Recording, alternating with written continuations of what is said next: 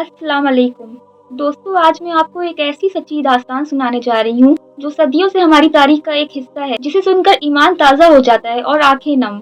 ये वाकया है उस वक्त का जब दुश्मनों ने इस्लाम के सबसे मुकद्दस मकाम यानी नबी करीम की कब्र मुबारक को निशाना बनाने की कोशिश की।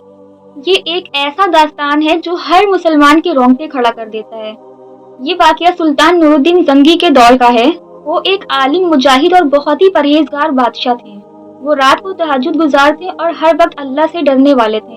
उनके दौर में सलेबी मुसलमानों के बड़े दुश्मन थे। सुल्तान नूरुद्दीन जंगी दमास्कस में अपने महल में सो रहे थे। दमास्कस सीरिया का कैपिटल है। तभी उन्हें एक ख्वाब आता है। ख्वाब में हमारे प्यारे नबी सल्लल्लाहु ताला अलैहि वसल्लम तशरीफ लाते हैं। आप सल्लल्लाहु ताला अलैहि वसल्लम दो चेहरों की तरफ इशारा करते हैं जो देखने में गैर मुल्की लगते थे और फरमाते हैं, नूरुद्दीन, मुझे इन दो कुत्तों से बचाओ। सुल्तान डर कर उठ जाते हैं, वुजू करते हैं, नमाज पढ़ते हैं और फिर सो जाते हैं। मगर वही ख्वाब उन्हें 3 बार आता है। अब सुल्तान समझ जाते हैं कि ये कोई मामूली ख्वाब नहीं बल्कि अल्लाह का हुक्म है। सुल्तान अपने वजीर जमालुद्दीन को बुलाते हैं। वजीर मशवरा देते हैं कि सुल्तान फौरन मदीना रवाना हो। सुल्तान ने सिर्फ 20 सवारों का एक छोटा सा दस्ता लिया और ढेर सारा खजाना लेकर दमास्कस से मदीना के लिए निकल पड़े। वो सफर जो महीनों का था, सुल्तान ने उसे सिर्फ 16 दिन में पूरा किया। वो किसी को नहीं बताते कि वो क्यों जा रहे हैं। मदीना पहुंचते ही वो शहर के दरवाजे बंद करवा देते हैं और गवर्नर को कहते हैं कि शहर के हर एक शख्स को दावत पर बुलाया जाए। सुल्तान ने ऐलान किया कि वो मदीने के हर शहरी को हदिया यानी गिफ्ट देंगे। उनका मकसद उन दो चेहरों को पहचानना था जो उन्होंने ख्वाब में देखे थे। एक एक करके लोग आते गए, सुल्तान उन्हें देखते गए, मगर वो दो चेहरे कहीं नहीं थे। सुल्तान ने गवर्नर से पूछा, क्या कोई बाकी रह गया है?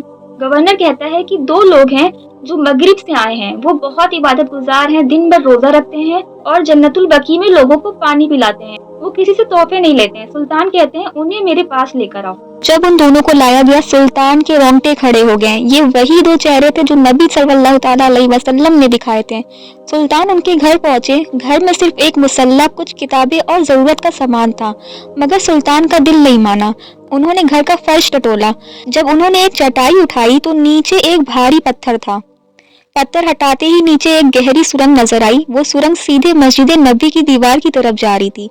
सुल्तान ने उन्हें सख्ती से पूछा तो उन्होंने सच उगल दिया। वो सलेबियों के भेजे हुए जासूस थे जो नबी सल्लल्लाहु ताला अलैहि वसल्लम के जिस्म अज़हर को चुराने आए थे। वो दिन में इबादत करते और रात को सुरंग खोदते और मिट्टी को अपने थैलों में भरकर बकी की कब्रिस्तान में फेंक देते। वो दीवार के बहुत करीब पहुंच चुके थे। सुल्तान नूरुद्दीन जंगी ने उन दोनों को उनके अंजाम तक पहुंचाया, मगर वो वहीं नहीं रुके। उन्होंने फैसला किया कि आगे से कोई ऐसी जुर्रत ना कर सके।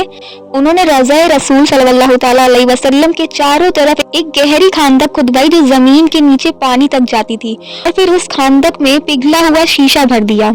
इस तरह नबी सल्लल्लाहु ताला अलैहि वसल्लम की कब्र के चारों तरफ लोहे और शीशे की एक ऐसी दीवार बन गई, कोई सुरंग नहीं काट सकती। सुल्तान ने रोते हुए अल्लाह का शुक्र अदा किया कि अल्लाह ने उन्हें इस अजीम खिदमत के लिए चुना। दोस्तों, ये वाकया गवाह है कि अल्लाह अपने महबूब की हिफाजत खुद करता है। आज भी वो शीशे की दीवार वहाँ मौजूद। सुल्तान नूरुद्दीन जंगी का नाम तारीख में सुनहरे हरफ में लिख गया। ये दास्तान सुनकर आपका भी ईमान ताज़ा हुआ तो कमेंट में सल्लल्लाहु अलैहि वसल्लम जरूर लिखें। अल्लाह हाफिज।